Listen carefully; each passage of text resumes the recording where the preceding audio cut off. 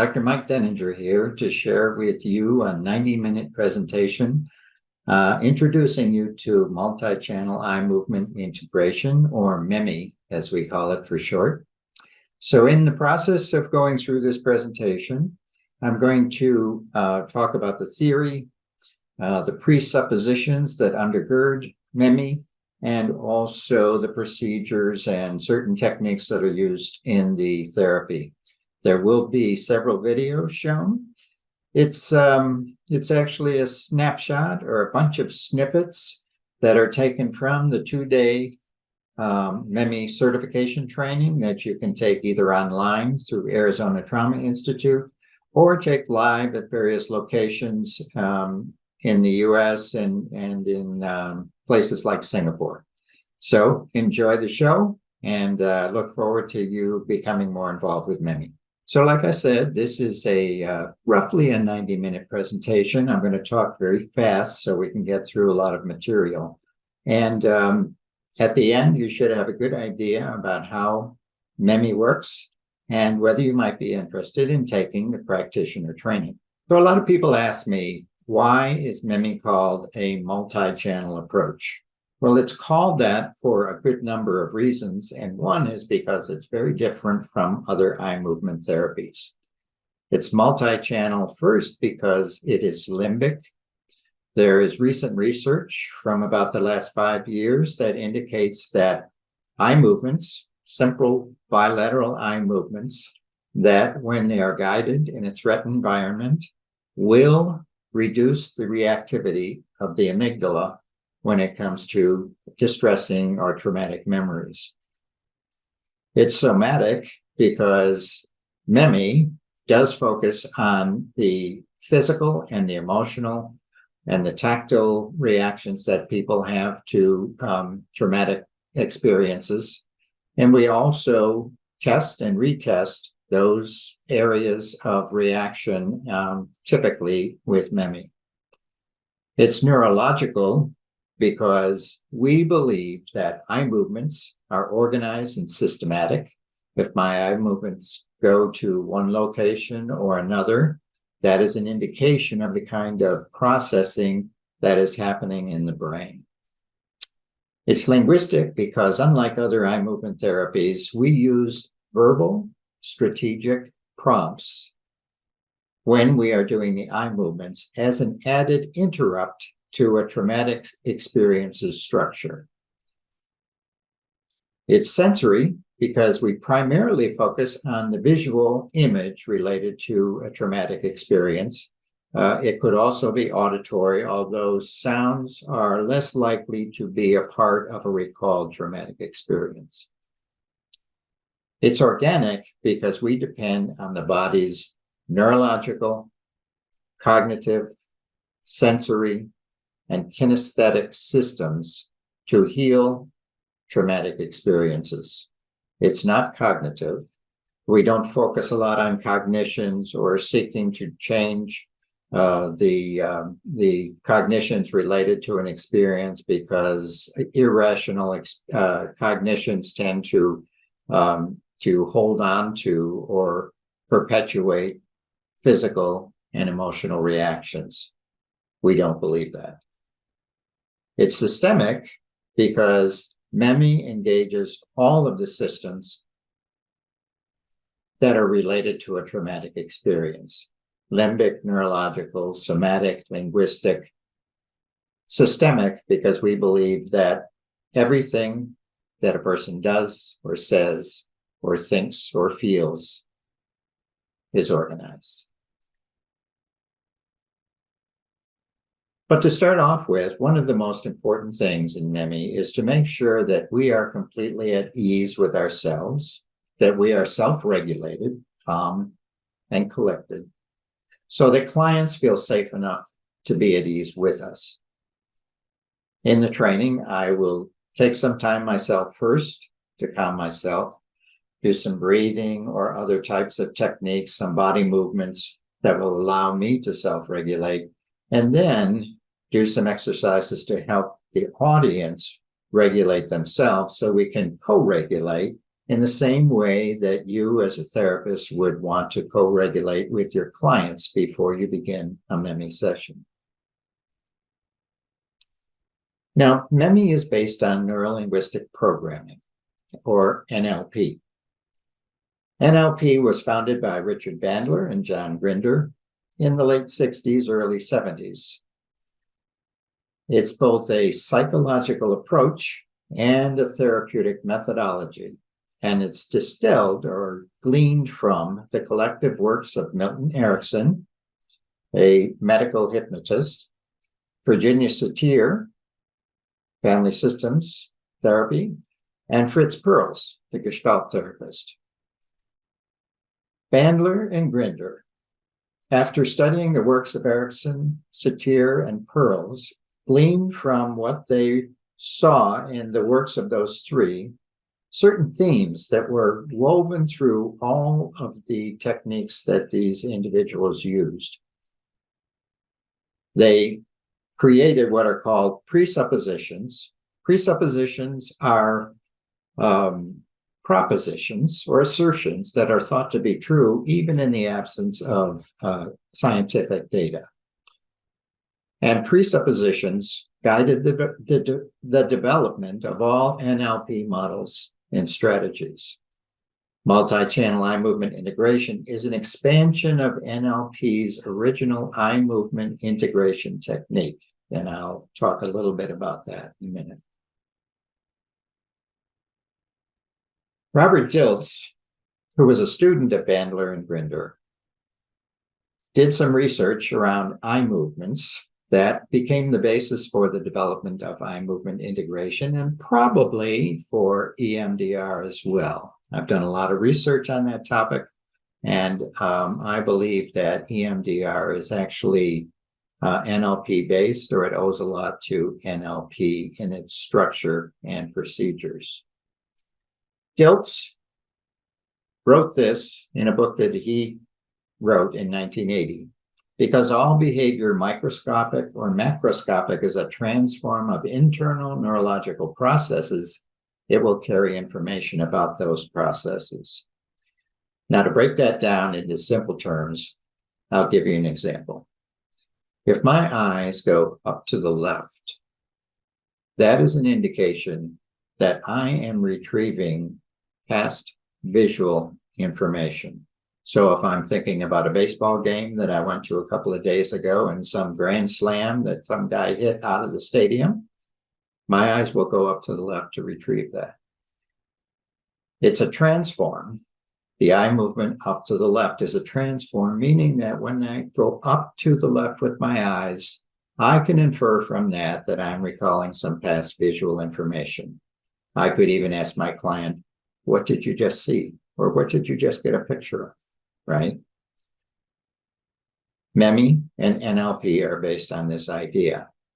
Because eye movements, because our sensory and kinesthetic systems are organized and systematic, we can study and we can infer certain things happening inside neurologically at the same time based on those movements.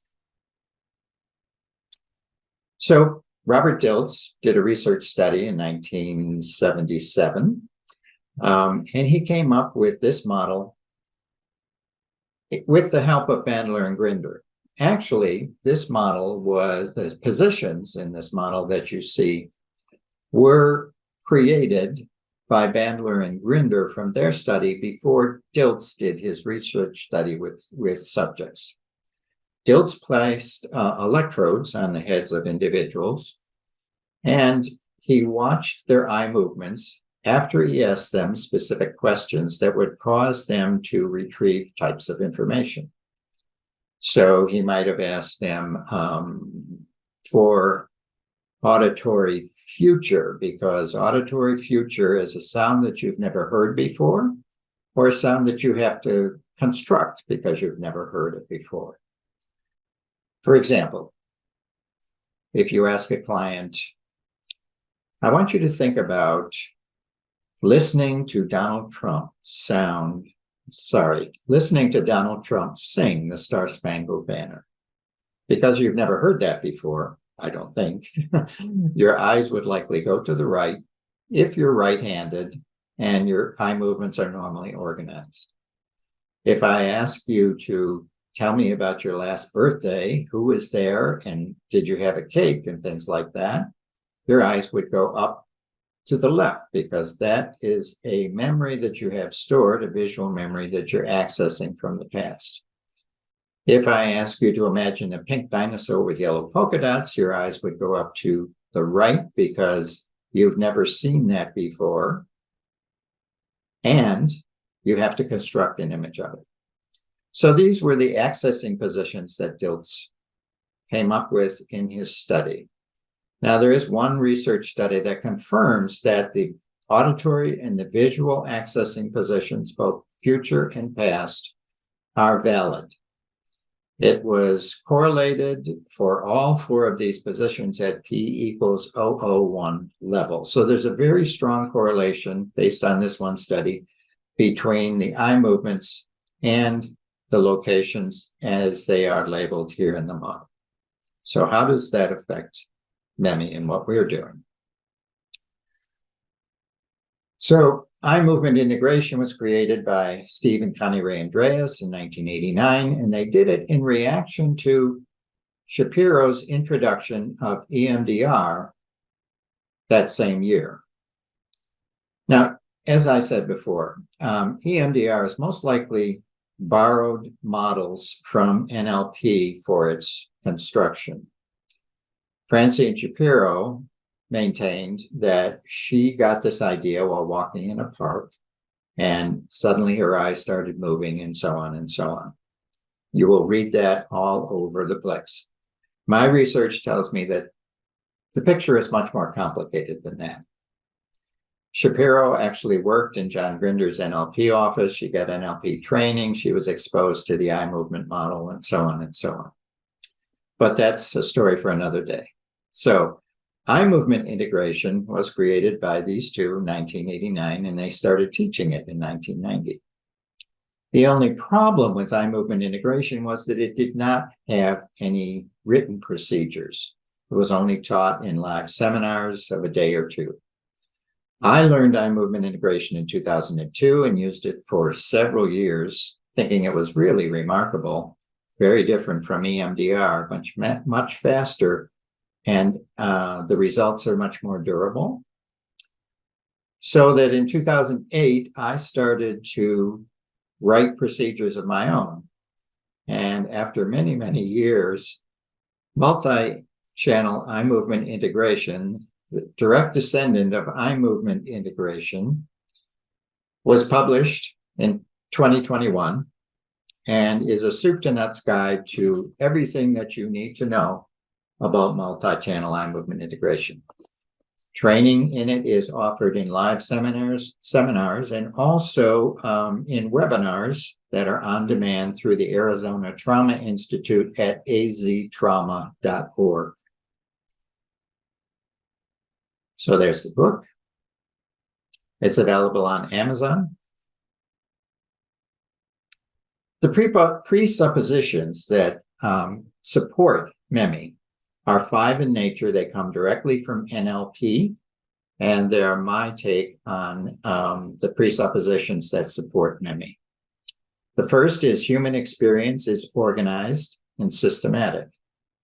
In other words, everything that we do, say, think, or feel is organized and systematic, including our neurological systems, our sensory systems, and our feeling reactions to any type of event. If I eat a slice of pizza, I tend to eat it the same way every time. If I tie my shoes, I tie them the same way every time. When folks apply lipstick, they tend to do it the same way. When we shave our stubble, we tend to do it the same way. And gadgets come with instructions, books come with chapters and table of contents and indices. Everything is organized and systematic. Second, human experience has a structure. And the structure in MEMI, adapted from NLP, has 4 elements: context, the who, what, when, and where, thoughts, sensory information, and feelings. And we're going to delve into that a little bit deeper in a minute. Human experience is stored and retrieved using sensory data. So when I think about an experience of mine, I get an image of it. It might be near or far away. It has certain characteristics that we take advantage of in MEMI. We test them and retest them after eye movement sets, and I will explain that. Human experience being stored and systematic makes our experiences also durable. They tend to repeat over and over again the same way unless something interrupts that experience. When patterns are interrupted, experience reorganizes. So if I ask you to think about an image related to an experience and your eyes tend to go there to get that information, while at the same time I ask you to follow my finger as I move it in different locations across your visual field, that is causing your eyes to move in a different direction. It's a pattern interruption, and it causes your memory to disorganize. So when patterns are interrupted, experience reorganizes. And when experience reorganizes, it tends to be beneficial. It's not always beneficial, but it tends to be that way. And this is what we see in MEMI and actually all of the eye movement therapies. I think if you look at all of the eye movement therapies, every one of them uses pattern interruptions by asking the eyes to go in a different direction than they would normally go when processing a particular event. So here's the theoretical model for MEMI, which is much different from EMDR's adaptive information processing model, which tends to be very complex and difficult to understand. Context, the who, what, when, and where of an event. The context is what traditional trauma therapy spend a lot of time on, like cognitive processing therapy, prolonged exposure, cognitive behavioral therapy for trauma. They tend to ask clients to repeat out loud the story of the problem state or the story of the trauma. In MEMI, actually, we almost never do that. Clients are not required to repeat their trauma story ever. And yet we can desensitize the reactions to a traumatic experience. Thoughts, cognitions. In MEMI, we don't think that thoughts are irrational, although they may be sometimes irrational. We simply ask a client, okay, when you think about that experience, what is your thought? And they might respond, oh, it's my fault, or I should have done something to stop it, or why would somebody do something like that? We simply write it down. We don't probe about whether the thought is rational or not, whether they want to change it or not, like you would in cognitive therapies. Sensory information, primarily visual images. And I've determined that the 3 components, the 3 elements that cause traumatic memories to persist for so long, that are most virulent in keeping traumatic memories moving, are the visual images, the emotional feelings, and the physical feelings, or what we call the visceral feelings. Feelings, physical feelings, emotional feelings, and tactile feelings. And that is the structure that we test and retest when we're doing MEMI. So the MEMI hypothesis is this: guiding the subject's eyes to all locations in their visual field, all over, not just back and forth like in EMDR or in accelerated resolution therapy, while they think about a traumatic experience and listen to verbal prompts spoken by the therapist, will reduce amygdala activations and alter a traumatic memory structure in beneficial ways. So here are the steps in the MEMI protocol. 10 of them very simple, and some of them repeat over and over again. Establish rapport, like at the beginning of the presentation here. All of you have training in establishing rapport. It's something that counselors do a lot. We add to this co-regulation. We want therapists to be regulated and centered themselves before they work with a client. And we want therapists to be able to recognize when clients are dysregulated and help them return to a regulated state. So the two, the therapist and the client, can work in tandem in co-regulation of emotions. Secure agreement to change. If a client has a reason why they should not change, they will not change, and MEMI will not change them. I can give you many examples, but when you take the training, you will see how important and how helpful this particular step is. We pretest the elements of the structure. We go through, what are your thoughts? The visual image. Is it in color, black and white? Is it still photo, or is it a movie? Is it near or far away? Is it fuzzy or clear? We pretest all the elements of the structure, the visual, the emotional, the physical feelings, and that becomes the baseline before we start the eye movements. We anchor a resource state. Now, anchoring a resource state in MEMI is an NLP technique.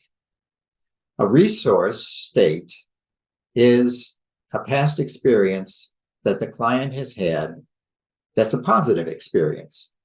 And it's the opposite of the problem that we're trying to address. So if there was a traumatic experience and the client says that traumatic experience was frightening. Okay, we ask the client, can you give me an opposite word to frightening? What would be the total opposite of frightening? And the client might say, powerful. Powerful. Well, of course. Then we ask the client, I want you to think about one experience in your past when you were very powerful, a time when you were at the top of your game. And then once they've identified that, and they tell us a little bit about it, then we revivify it using hypnotic language. I want you to drift back in time. I want you to settle into that experience. And I want you to feel everything that you felt then. And then we build it up. And I want you to take it to the top. That's right. And then we drop an anchor word that solidifies that resource state in the client. That's right. Powerful. Powerful. Then we test to see if the anchor has worked. We take a break and then we say, now, if I were to say the word powerful, what happens? You would want the client to go, oh my God, yes, I can feel all those feelings again. That resource state becomes reciprocal inhibition to the problem state or the traumatic experience, and then we reinforce it throughout all of the steps that we go through. And remember, you're powerful. We raise up, we do the eye movements, and then we retest. Therapeutic dissociation is a quick but really, really helpful technique in MEMI, where we position the image of the experience in a different location. Other eye movement therapies have clients visualize the experience out in front of them. And that almost encourages them to feel like they're back in the experience and going through it all over again. We call that association into the traumatic experience, and we don't want that. So we use dissociation. We ask them to project an image of that experience out on a surface away from them. Could be a wall or a shade or a blind or something like that. And that is the past. You and the client stay here in the present. You'll always be watching that as an observer. You won't be a participant in the experience anymore. So therapeutic dissociation, along with anchoring a resource, provide two safety mechanisms that are unlike you would find in any other eye movement therapy. Then we conduct the eye movements. We do 4 eye movement sets. It goes very fast. It's unlike other eye movement therapies that might do 1 set and test, and then another set up to 12, 13, 14, 15 sets. We only do 4 sets because of the way MEMI is structured. And then we retest the structure elements. So we ask, what's your thought about that experience now? Tell me about the image. Is it the same or different? The physical feeling that you had that was very intense, what's it like now? So we're not talking about the content or the context of the experience. We're talking about those things, those symptoms that are around the experience that we have going on inside. Now, the I score is a particular score that we use in MEMI that's unlike other eye movement therapies. The I score is a score from 0 to 4, with 0 representing no intensity, 1 is mild intensity, 2 is moderate intensity, 3 is high intensity, and 4 is the highest intensity. We test sensory representations of the experience. So the visual, we pretest and we ask, that visual image now is pretty intense, right? Yeah. What score would you give it? And the person says, oh, it's a 4, the highest intensity. Okay. That becomes part of our baseline. And the I score is taken on the visual imagery, the sounds, the physical feelings, and the emotional feelings. And we use a SUD score like other eye movement therapies. 0 to 10, with 0 represent how distressing the whole experience is, not just the sensory information or the feeling related information, but the whole experience. 10 is the most distressing, of course, and 0 is not distressing at all. Then we record the results on a MEMI worksheet. We have a 2-page worksheet, front and back, that will track and allow you to record all of the changes that occur as you do the 4 eye movement sets and retest after the sets have been done. And the last step is conduct a future rehearsal and do a self-appreciation exercise. So when we conduct a rehearsal, we are actually asking the person to imagine after they leave the session and they're out there in the world, there may be times when you will be triggered to think about this memory again. So you ask your client, I want you to imagine yourself in some future situation, maybe someplace where you would normally be triggered, like watching a movie or passing a certain location, and tell me what you think your reaction is going to be like. And what we're looking for is the client to say, I think I'm going to be okay because of the changes that we made here. I can imagine myself going through that experience and it not bothering me as much. That's the future rehearsal. And self-appreciation is just a moment that we take with our client to say, okay, I want you to take a minute to appreciate what you have accomplished today. I presented some opportunities for you, but all of the changes took place inside of you. So eyes opened or closed, just take a minute to appreciate what you've accomplished. And that is the 10-step protocol. Pretty simple, huh? So I'm going to show you 3 of the 5 basic eye movements. So just going to explain briefly, there are 5 basic eye movements. Those 5 are combined in different combinations to make up the 4 eye movement sets. Okay, so we'll look at the basic eye movements, 3 of them first. I gave them names simply for people to be able to remember them. They don't have any other significance. So above the horizon is 10 to 20 back and forth sweeps like this. Similar to EMDR's bilateral saccades, but they're higher up because we want to pass over the visual past and the visual future accessing cues that are in the NLP eye movement model. So 10 to 20 repeats, we stop, and then we do a retest. Look out there now and tell me if it's the same or different. Oh, it's different. Person says it's different. How is it different? They might say, well, the image isn't as close, it's farther away, and I don't have that heaviness in my chest anymore. Okay, well, the image was a 4 in intensity. What score would you give it now? And that's how the retest occurs. Here is one of 2 triangles standing because it looks like it's standing on one of its legs. It's 9 revolutions, clockwise first, and then reverses. Reversing the eye movements is a powerful metaphor for also reversing the symptoms that one experiences. And then reverse again. And that's basic eye movement 2. Another eye movement is one we call shrinking circles. And this is a little intricate, but it's really, really powerful. So we start at the center, and as we do this circle eye movement, we might say something like this. And now a circle encompassing everything, meaning your symptoms are also contained within that circle. And we're reversing it, reversing the symptoms.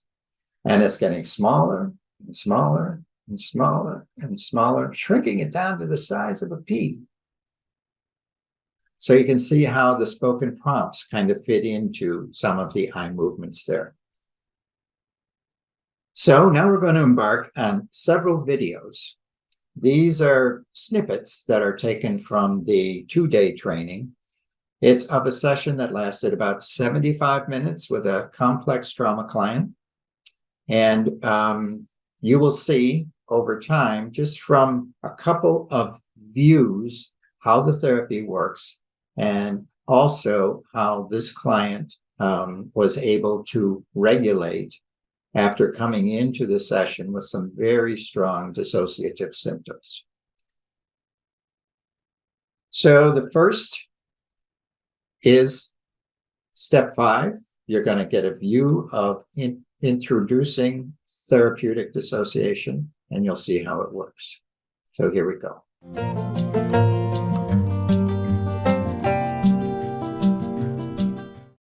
So the first thing we're going to do, and this is a little bit unusual for me, but I know how distressed you can get from talking with you.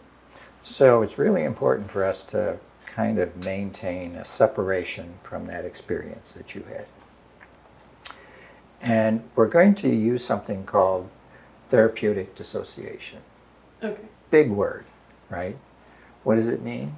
It just means that that experience as we work together today is always going to be out there beyond the cameras and over there on the wall. You're going to be here in the present with me. Mm-hmm. That's in the past. Mm-hmm. Okay? You can be safe and secure here. You're already going there, I see. Yeah. Yes, I am. Are you okay to continue? Yes. Okay. It's over there. It's not here. We're here. We're right here. We're right here. Right.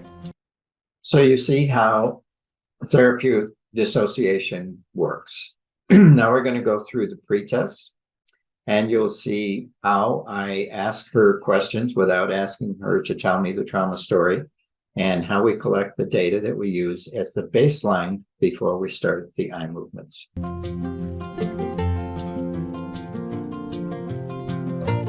I'm not going to, like I said, I'm not going to ask you to describe the problem. We're going to skip over that. Okay, good.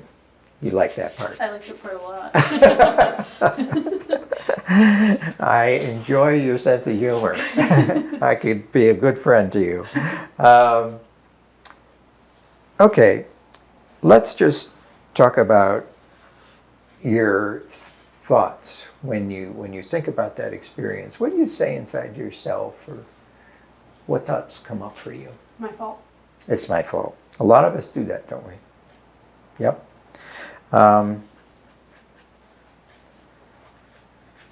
And don't go there. Okay. You're with me. How did I know you were going there? Should I start tearing up? I wasn't even looking at you. Oh, okay. I could feel the vibe or something. I see. No. It's just that when we make those self-critical statements, it often brings up emotions. Oh, yeah. Yeah. Do you think it really was your fault?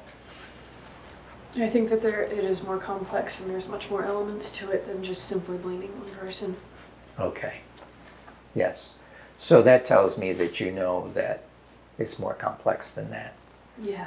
But we tend to be self-incriminating. Yeah. Yeah.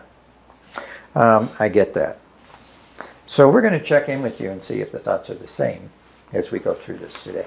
Got it. Okay? And there is an image, right? Oh, yeah. Yeah? Is there one central image? Mm-hmm. Okay. I don't want you to go there and think about it. It's over there, right? Yep. Okay, good. And you are here in your chair. You are safe. Right. Good. The image, though, is it a movie? Still photo. The wind is moving. The wind is moving. Okay. In color, black and white. Color. And near or far away? Near. Near. Fuzzy or clear? Clear. Oh. And that's enough for that. So remember the eye score? Mm-hmm. What score would you give the image? 0 is 4. no one? Got it. Sorry. It's okay. We also apologize a lot, don't we? Oh, yeah. Yeah. That's a thing. Okay. That's the thing, isn't it? Okay. There are sounds too, right? Mm-hmm. What's the principal sound? Thud. Thud. Okay. Is it loud or soft? Loud. Is the sound close or far away? Far away. Far away. Is it a thud? Is it high pitch or low pitch? Low. Yeah, it sounds like it's low pitched. Just one? Mm-hmm. And score, eye score? 4. 4. I thought so. Okay. And there are visceral feelings related to it, or physical feelings, right? Mm-hmm. What physical sensations do you have when you think about it? Like a pain in the chest, like a panic. A panic Yeah. and pain. Yeah. Is it both? Both. Okay. And you are in your chair. I'm safe. I'm safe. There's a butterfly. What color was the butterfly? Who's the yellow and black ones? Oh, the monarch's like? Yeah. Yeah? I think so. I'm You not quite think sure so? what they're called. Oh, well, they're the most common one that I used to see. I don't know. Nowadays it might be different. The panic and pain, the eye score for that? Yeah. Oh, sorry. 4. 4. And emotional feelings. 4. Horror, of course. And that's a 4 too? Yeah. Yeah. Okay. You're here with me? Mm-hmm. Okay, good. So that's the worst of it. Good. Yeah. Yeah. So we don't need to do any more of that stuff, right? So we've done a pretest, and I've already explained to you how that is out there, right? Right. And we're here. We're right here. Past, present, distance, far, we're close, right? Good. After I do some eye movements, we're going to start with a simple one, right? Like I explained before. I'm going to ask you like 3 questions after each time we do the eye movements. The first is going to be, is it the same or different? I'll have you turn your head and look out there and then come right back and you'll tell me if it's the same or different. I won't ask you how. I will ask you how, but I won't ask you to explain in detail anything. And you'll say, okay, it's the same. And I'll say, if it's the same, okay, let's do the eye movements again. If it's different, I'll ask you, how is it different? And you'll say, well, it's this or it's that. Okay? And then if it's different, I'll ask you, is it better or worse? And you will just tell me. Okay. Deep breath.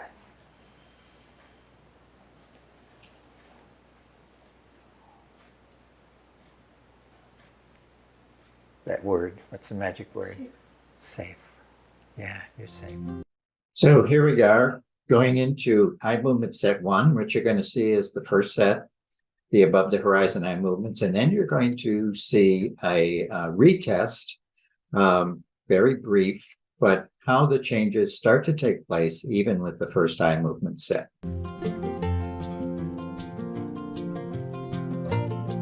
Okay, so turn your chair just a little bit. Yeah, that's good. That's good. And when I put this pen up, that's your cue to put your eyes on the pen and then just follow it wherever it goes. Okay. While thinking about way over there. Okay? All right. Here we go. Okay. Good.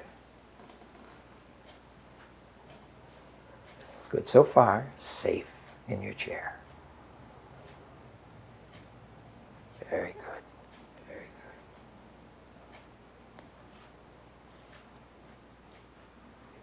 good. Good. This is a little bit like splitting your awareness. You know, you can watch this pen with your eyes and at the same time think about something that was in the past and far away. Good. Good so far. Very good.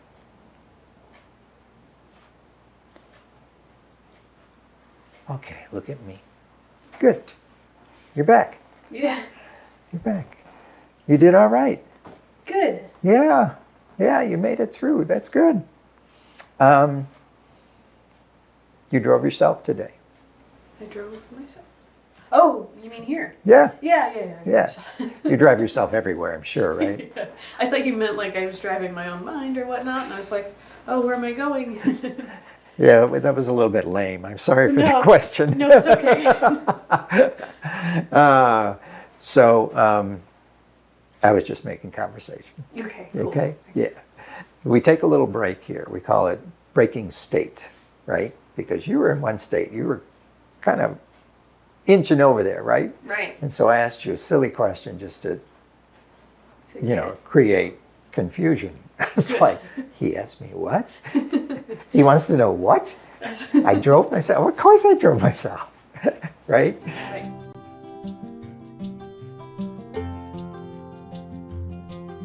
I want you to just check out there really quickly and tell me if it's the same or if it's different. A little less. A little less. Okay, look back at me. What's less? The sense of urgency is a little less. Like the sense of, oh my God, you gotta do something, you gotta... Yeah. Sense of urgency is a little bit less. Now, you didn't mention that before, but that's interesting.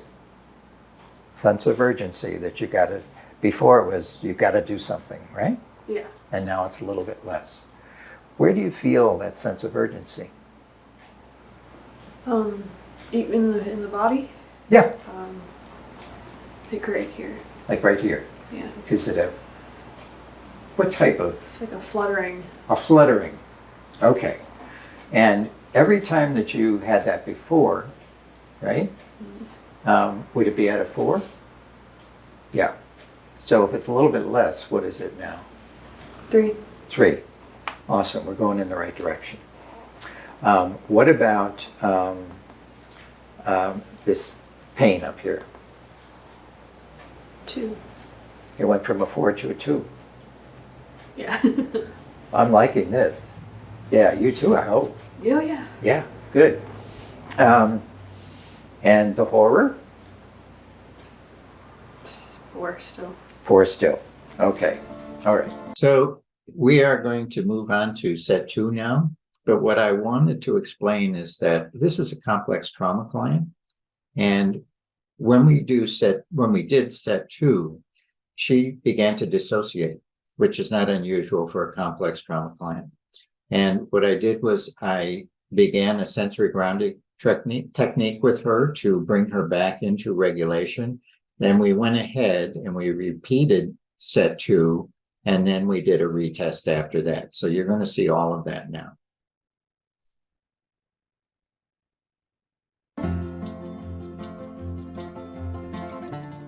So we're going to do this again. We're going to do some different eye movements, Okay. but something's happening. Good. And you are Safe. safe. Cool. Good. Anytime somebody takes a deep breath like that, it is a good sign.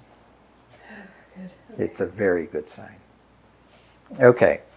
So I'm going to put the pen up, and then we're going to start over again, okay? Okay. Same thing. That's right. Okay. Good. Now, we're going to do a triangle here. You're safe.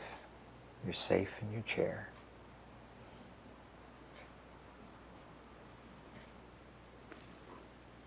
Okay. I'm going to stop here for a minute. Look at me. What's happening?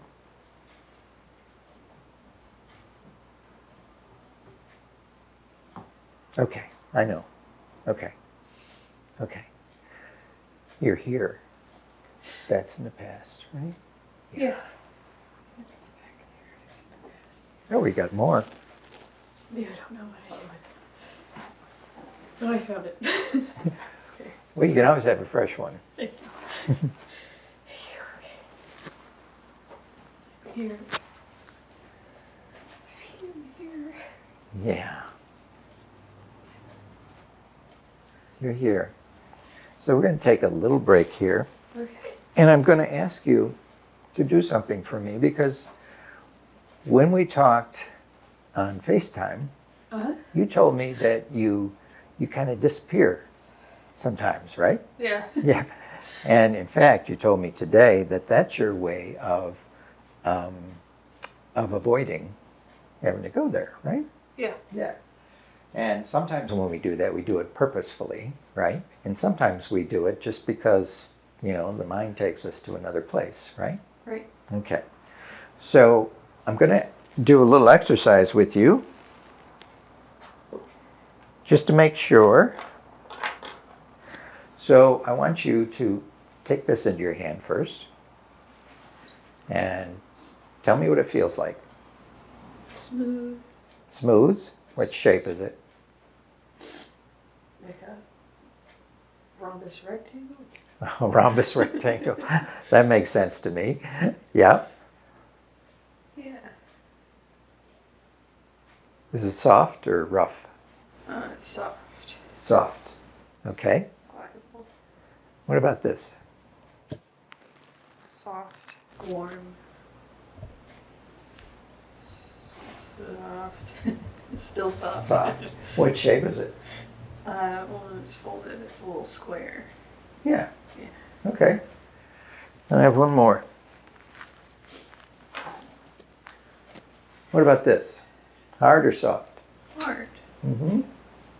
Shape? Like triangles and little circles. Okay. And it's fun. It's fun. Yeah. It's flexible. Yeah, you can do like a bunch of things to it. Okay. I like this one the most. Mm-hmm. That got you to smile. Yeah. Good. So we want you to remain like this as much as you can. Okay. Okay? So if that happens again, Uh-huh. I'm going to ask you to look at me Okay. and just keep looking at me. And I will ask you to take a deep breath with me, like that. Okay. Okay? Okay. All right, good. All right. Good. Safe here in the present. And a triangle.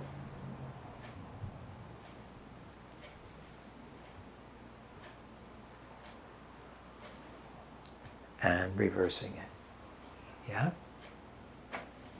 We can do that sometimes.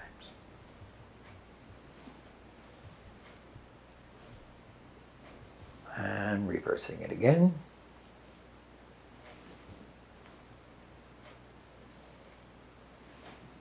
And you may find that your thoughts about this will change.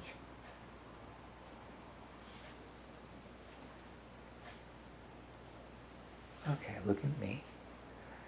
When we do these eye movements, sometimes it kind of relaxes you too.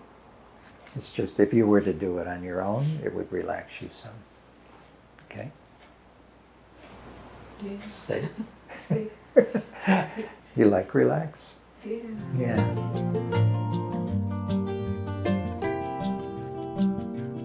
So look out there now and tell me what it's like now. It's quieter. It's quieter. You mean the thud is not as loud? Yeah, okay. What about the pain here? The pain is it's a 2. It's a 2. Okay. And the horror? Deep breath is great. 4. Okay. Okay, look at me. Good. Got you right back. That's cool. So things are getting better, right? Yeah. But there's one thing that didn't get better. And so we're going to focus on that in the next round. So what we're going to do next is we're going to go on to set 3. Now, what I need to explain is because this took 75 minutes, there were a couple of times when we had to stop and talk about things. And one of the things that happened with this client was that she did not think that she should change her reaction because, 1, she thought it was her fault, and 2, because it would interrupt her memory of this person. So we had to do some cognitive restructuring of that. Would it be better for you if you let go? What would this person want you to do or think in this kind of situation? Would they want you to recover or not? And so on. So in set 3, the first part of that, we had to stop and do some of that restructuring. And what you're going to see is a repeat of set 3 and then the test after set 3. So let me get ready here. Eyes on the pen. Great. Great. And some of the same eye movements and another new one.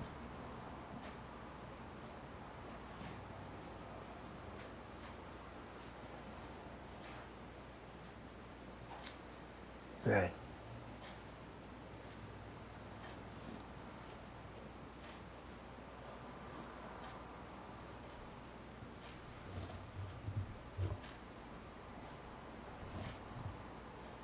Very good.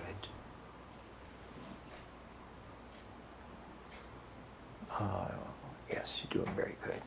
And we're going to do that figure 8 again, right here in the center. That experience and everything to it. In the distant background, past. You're watching this pan in the foreground. And reversing everything. Now, Good. Very good. Look at me for just a sec. You look better to me. Your complexion is coming back to normal, seems to me.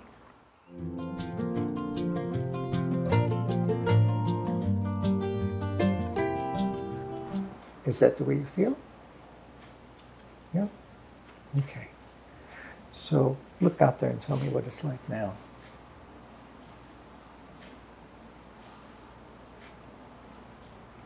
It's just a super unfortunate thing that happened. So you see a very unfortunate thing that happened.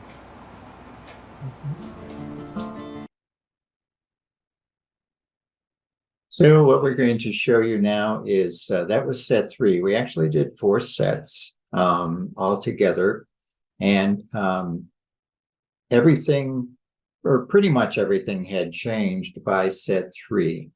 And when she said just now, what are your thoughts? When I asked her what her thoughts were, she said, it's just a very unfortunate thing that happened.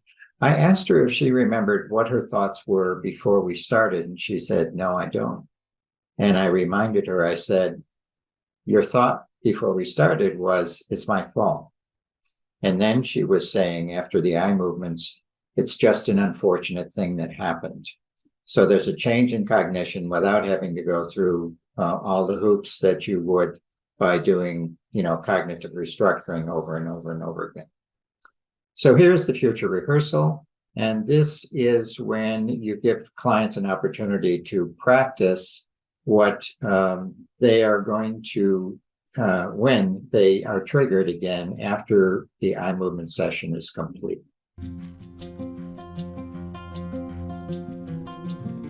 So one of the first thing that we're going to do is something I call a future rehearsal.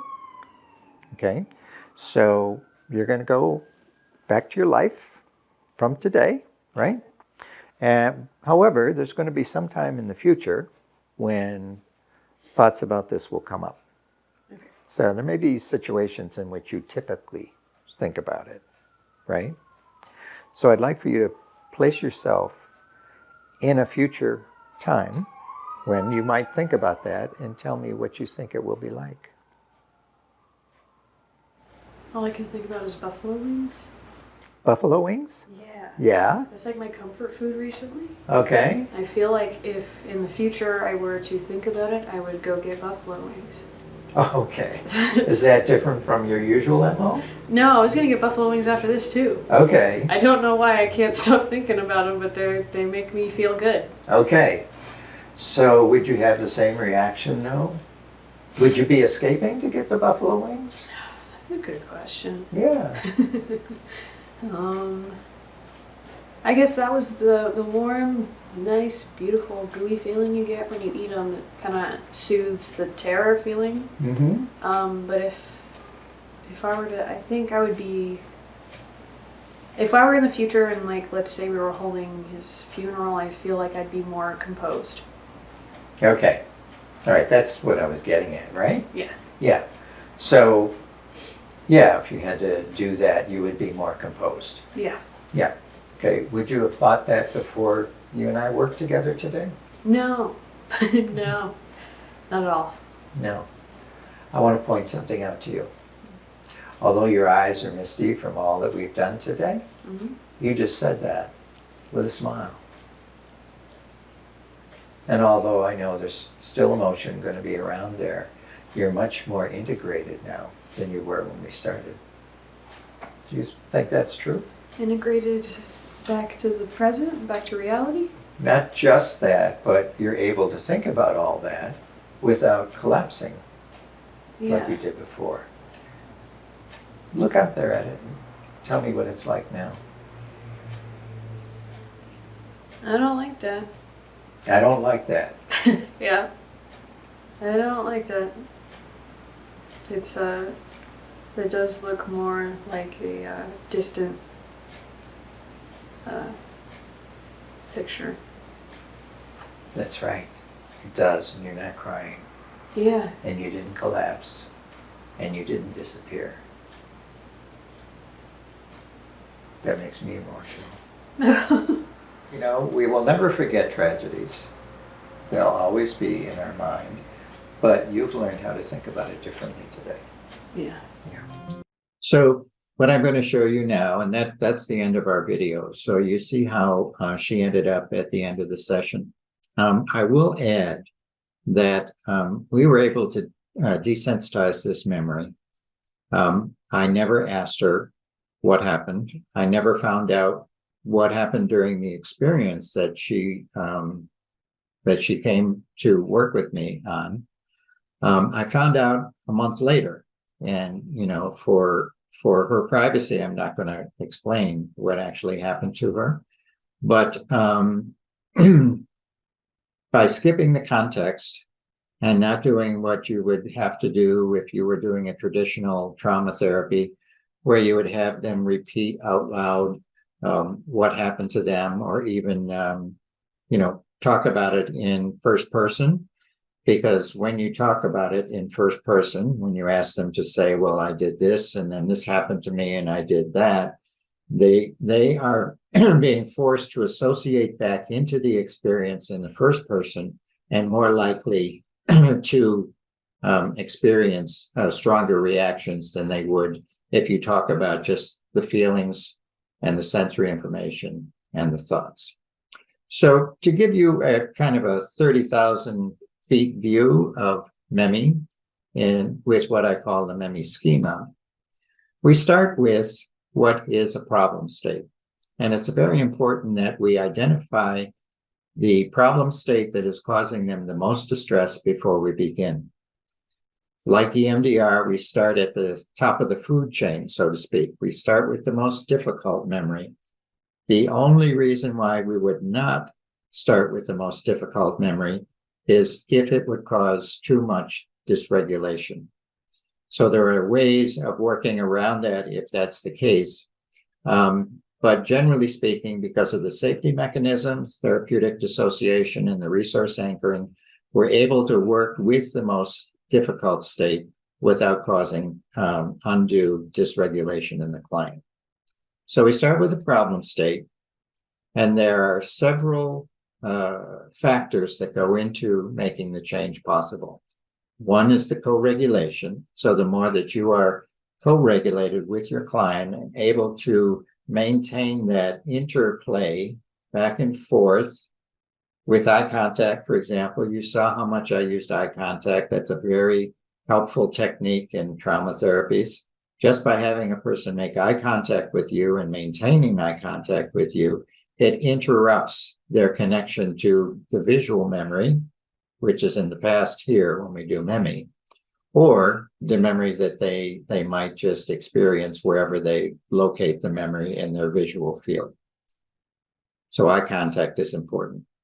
The safety mechanisms, anchoring a resource, and therapeutic dissociation, and the repetition of those once they're established throughout the session. So you know, you saw how much I said, don't go there now. That's in the past. You're here in the present. And also safe. Her anchor word was safe, because her word to describe the experience was horror. And she decided the opposite of that was safe. And we worked on an experience that she had when she was outside sitting in the grass. And for the first time had felt like she was more herself. Okay. We anchored that. And then throughout the session, I kept saying, and remember, you're safe, you're safe, you're safe. The agreement to change being very important. Although she said, yes, I want this change, she stumbled a few times throughout the session. And that's when I had to do some cognitive restructuring with her, asking her, what would that person want for you? Would it be better for you if you let go of this? Would you be more present in the world if you did? And when she finally got that idea and she said, yes, I want it, then we had the agreement to change. And then the eye movements became much more powerful. We work with the structural elements. We didn't do anything related to context. On the worksheet, I just tend to cross that out when I don't touch on the context. the thoughts, the sensory information, and the feelings. And we pretest them and then we retest them. We do the eye movements, the 4 eye movement sets with verbal prompts, and we retest. We use an eye score, we use the SUD score, and we also use, when I'm working with a PTSD client, I use the PTSD checklist for DSM-5. And the therapist prompts. You saw me use some of the prompts. I was talking a lot while I was doing the eye movements in order to not only keep her engaged, to keep her thinking about the trauma at the same time as she's watching my fingers move or the light that was moving, and encouraging linguistically some changes to occur internally. Ecology is a word that I spend a lot of time talking about in the training. Ecology has to do with problems that may not relate directly to the problem state or the traumatic experience, but they nevertheless interfere with the change process. So, for example, if a battered spouse calls the police, has the partner arrested, taken to jail, and comes for therapy because the spouse is very dysregulated, right? And they want to get over that experience. But they have in their mind that they're not going to prosecute. They're not going to follow through with prosecution. That's a problem. There's an ecological problem there because that will interfere with them healing, because in the back of their mind, they're going to think it's going to happen again. Even though they say to themselves, well, I think they will not do the same thing again, or they've learned their lesson or something like that. If they're not committed to making the bigger change, which is to separate from the spouse, then that will interfere with desensitizing the memory of when they were battered. So all of those elements go into moving the client through this process and reaching that desired outcome, which is more regulation, being able to look at the imagery, not feel the physical effects, not feel the same level of emotion that they did when they first came in to see you. So let me talk a little bit about the differences between MEMI and EMDR, because I get this question all the time. And so I like to give people information about it before. So MEMI uses the structure of experience theoretical model, which you saw. EMDR, at first, when EMDR was created, way back when in '89, it didn't have a theoretical foundation because Shapiro said that because she discovered this while walking in a park, and it was kind of serendipitous, you know, she just thought about a troubling experience and her eyes moved in a multisaccadic manner, and then the thought disappeared. I have trouble understanding that, and I think that that's a flaw in EMDR. But because she said that's the way she discovered it, there was no theory. So after several years of getting criticism, Shapiro introduces what was called the adaptive information processing theory. And that is a theory that psychodynamic problems that we have had in the past are influential into the present. And I'll see if I can explain this in a way that makes sense. So if I'm working with a current trauma, there is a string of other traumas that probably relate to it that go back. So there are networks of traumas, neurological networks of traumas. So when EMDR does processing, and then they do a question after they finish processing, they would say typically something like, what comes up for you now? And the person might say something that has nothing to do with the current problem. Oh, I think that I remembered this or I remembered that. And then they would process what came up that was new from the past, believing that you really need to desensitize all of those problem states in the network before you can really desensitize the current problem. So the theories are quite different, as you can see, and that's how they are different. We use 4 eye movement sets. We have 5 basic eye movements, like I said, but 4 sets. EMDR uses primarily bilateral saccades at eye level, horizontal.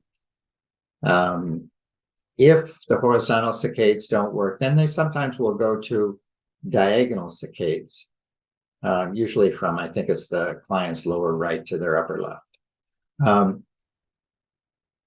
That's why, and with the spoken prompts, MEMI tends to go much faster in terms of desensitizing memories than you do with EMDR's 2 bilateral saccades. My belief is that if you don't take advantage of the whole visual system, all of the sensory accessing positions in the model, then your desensitization mechanism is not going to be as complete or as strong. MEMI is a multisensory approach. It's a multi-channel approach. So we approach this as an organized whole. And although we might work with some of the parts, like if you desensitize the imagery, but the physical emotion is still very strong, then you would, when you go on to the next set of eye movements, you would give special emphasis or attention to the physical reactions that they have to the trauma. EMDR, although this is changing, has had the theory that bilateral stimulation is what is the working mechanism that results in the changes in EMDR. Bilateral stimulation refers to eye movements that go to the left and the right. When they go to the left, they're activating the right hemisphere of the brain. When they go to the right, they're activating the left hemisphere of the brain. And that has, for years, been thought to be the mechanism that achieves the changes. That's changing now with some recent scientific research, which I talk about in the MEMI training. In MEMI, we use the eye scale for feelings and sensations, and the SUD. EMDR does not have a similar scale for the individual sensory and kinesthetic reactions that we use in the form of the eye scale. We use spoken reframes and metaphors, as you saw. It's getting smaller and smaller and smaller, shrinking down to the size of a pea. And EMDR typically does not use strategic verbal prompts like that. MEMI does not use free association. EMDR does tend to use free association in the form of what comes up for you now, or what's happening now, okay? And lastly, MEMI does not focus on cognitions, and we do not believe that cognitions need to be addressed in order to deconstruct their irrationality. Cognitions change automatically, so that when my physical reactions to that memory desensitize, my cognitions will change automatically, just like the individual in the video said, it's my fault in the beginning, and at the end she said she was very calm, and she said, it's just an unfortunate thing that happened. That was because her sensory reactions and her kinesthetic reactions have been desensitized. And EMDR uses a validity of cognition scale, where they ask the client to start off with a negative self-assessment about that experience and give examples if necessary. And then they ask for a target cognition that they would like to have at the end of the session. And then they use a semantic differential score from 1 to 7, where they ask the client to say how close they are to the target or to the negative self-assessment. So those are the differences between MEMI and EMDR. There are others, I'm sure, but there are many similarities in terms of the structure of the two therapies, because I believe that EMDR used several models from NLP. So this brings us to the end here. Let me move this down here. So if you want to arrange a consultation, if you want to talk about trauma, or I don't do a lot of individual work anymore. My focus is primarily on training and writing. But if you want to contact me, there's my email address, drmikeLPC@comcast.net. If you should like to take a live training, I would suggest that you go to my website, which is here, Deninger.com. You can also find it by going to Multichannel Eye Movement Integration.com.